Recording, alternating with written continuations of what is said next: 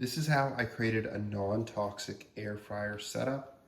So for the longest time, I had been using this air fryer, and I knew it wasn't a great option because it is just coated in non-stick material, as you can see all along the inside of the basket, the crisper plate, the bottom of the plate.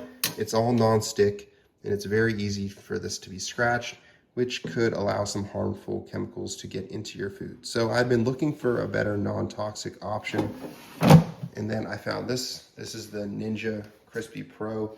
As you can see, the basket is completely made out of glass there.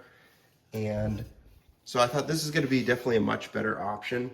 But one issue that I saw right away, these are the crisper plates that came with it when it was sold to me in the store. Again, this is made of the non-stick material, the same one that was in my old air fryer.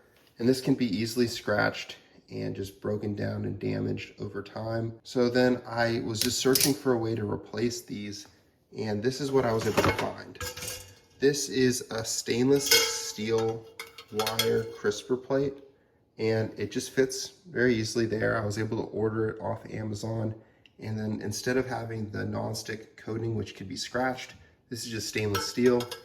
So far, it's been really easy to wash and then really easy to move in and out of the baskets. But this is what I've come up with so far to be able to use an air fryer, but have a non-toxic setup as well. If you have any comments or questions, just let me know and I'll get back to you.